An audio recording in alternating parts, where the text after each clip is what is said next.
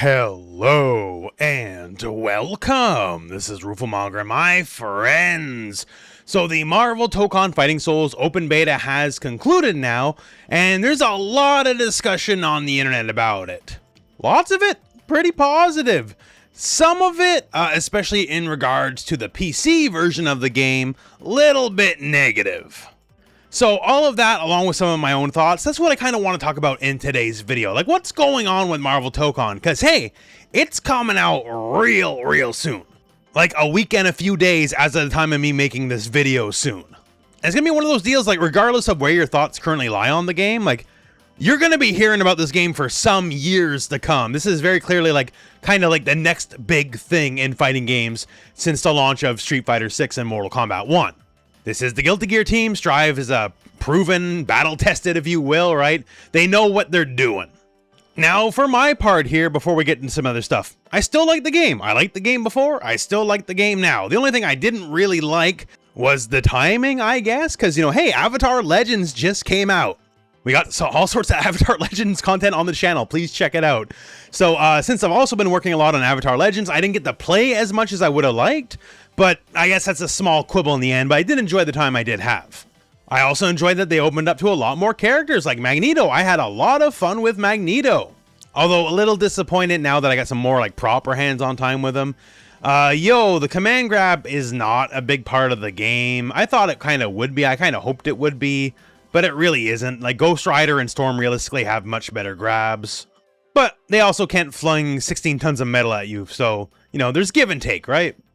But as far as the open beta offerings went, like, you can't really complain. Functional matchmaking, casual matches, ranked matches, lobbies, just almost about every character in the game. Little sad no Hulk, because, you know, I'm definitely leaning towards Hulk more than any other character right now, but I guess we'll find out come launch. But yeah, we even had a little bit of the single player, which I actually thought was pretty cool, although it did infuriate me to no end. If you've been watching on the channel, you've been watching me talk about Tokon since the game came out, you know I have been shilling for the Fantastic Four since day one. After all, how can this be a 4v4 game without the Fantastic Four? And turns out, yeah, that was sort of the idea, actually. So the reason, storyline-wise, why the game is 4v4 is because of the Fantastic Four. And they explicitly call them out in this story mode, and we don't get to play them. Man, what is even that? Okay, 10 years of support, they said. You know, so eventually they're going to run out of characters. They're going to have to come to the Fantastic Four one way or another.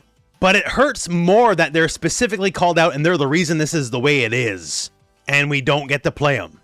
And before anyone says in the comments, yes, I know you can play as the new Fantastic Four. I made that joke before anyone else. Thank you very much. Not the same thing. But yeah, as far as open betas go, like, it's a very complete experience. It gives you a very good understanding of the game. So that's perfect on that front even.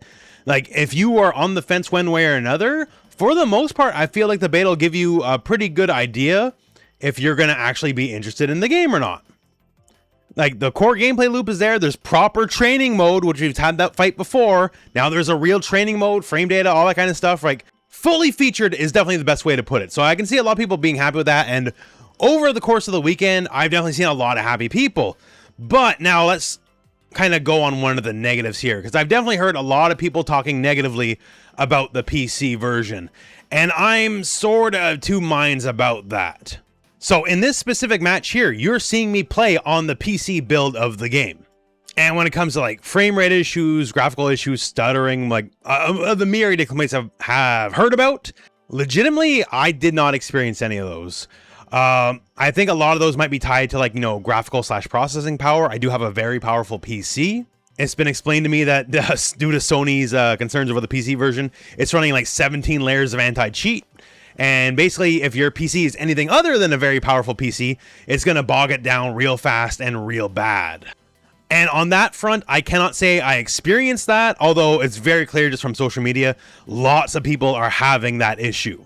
The one issue I did experience while I was playing on PC for a bit is I noticed maybe there was a little bit of input lag or something like that. I was dropping combos, like, more than I usually drop combos, but I was dropping combos like in excess of normal. And I eventually on PC only had to start inputting all my buttons like earlier than I thought I should. And that was basically the only way I stopped dropping combos. So that was my one odd experience with it. But otherwise, at least for me, I did not have too many issues with the PC version. Oh, I guess the main one, it never happened in the middle of the match, but I was going through the menus. It would sometimes switch monitors. I run 2-monitor setup, and I always play PC games on my secondary monitor, and then sometimes in the middle of the menu, it would just switch it to the first monitor. Thank God that never happened in the middle of the game, but yeah, that is annoying. Agnostic to platform though, not just PC or PlayStation 5 though, I definitely had a lot of matches with like a lot of bad stuttering issues. Like either lots of rollback or just like a lot of jitter in general, which is a little frustrating because it can throw off my timing and just throw off everything, right? You want the game to play as good as you can, and general stability did not seem the best, especially apparently with crossplay, because there's definitely more than a few desyncs apparently. Like I was playing a game against Avatar Yaya, and on my end, the match apparently kind of completed as normal, minus the odd hitch, as you can see there. Again, some stability issues. On his end, we had a complete desync. Like we were playing literally different games entirely. And on his end, my match actually completed, but on his end, I apparently disconnected, and it made it look like I rage quit. Which assuredly, I did not, right? Like same match well after the desync on my end, it looked like he kind of put down the controller, so it wasn't doing anybody any favors. So like network issues, it happens. It's fighting games, it happens, right? But like this is hardly an isolated incident, and the game is out in a week and change. Assuredly, an open beta is not the most recent build of the game, right? And I can only hope whatever problems they have are addressed by launch, but it is a little worrying that this might be a thing, But we can't do much other than hope for the best. So yeah, some PC issues, some online issues, but again, the core gameplay loop, I think is perfectly fine. I see some people complaining, it's not Marvel vs. Capcom, but no! It's not Marvel vs. Capcom. This is not Capcom. This is Arc System Works. So if those are your expectations, it's literally a different company making the game, so, adjust accordingly. And the same old tired argument of, does the game have sauce, blah, blah, blah. That's been brought up again, and it was already a little silly before, because, we just didn't have enough time with the game. It takes time to figure stuff out. We didn't have training mode, now we got training mode. And it turns out when you got training mode, yeah, you can start figuring out the game for real, right? Not just ABC launch, air combo, ABC spike down, that kind of stuff. And even in this very limited time frame, I'm already seeing stuff that's just kind of bananas, right? Like this is a solo character combo. We're not even using assists to extend the combo in fun and weird ways. So yeah, I'm not too worried about if the game has the sauce. Like there's still so much more to go. Like, hey, we know, okay, you can hit a button, call an assist, and now you can choose your assist, just not the basic strike, right? So I can combo you full screen, say, with a blade. Because my projectile hits you, blade hits you, and then boom, I got a combo. So full screen combos will be a thing, but also now with the fact there's a dedicated tag button, that means Marvel Infinite active tag is back.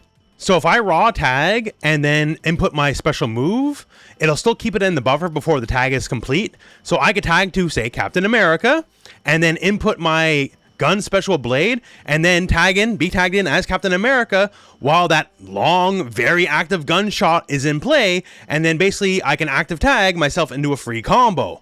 So we're only scratching the beginnings of the possibilities here. So yeah, the game's gonna have the sauce. It's always gonna have this. This happens every time, every new fighting game. I'm just sort of sick of seeing it where people are like, this game has no depth, and then we actually get to play the game and oh, whoops, it has depth. Who would have thought? Only thing lacking depth is the Magic player base skill set. Oh my god, everyone's playing Magic.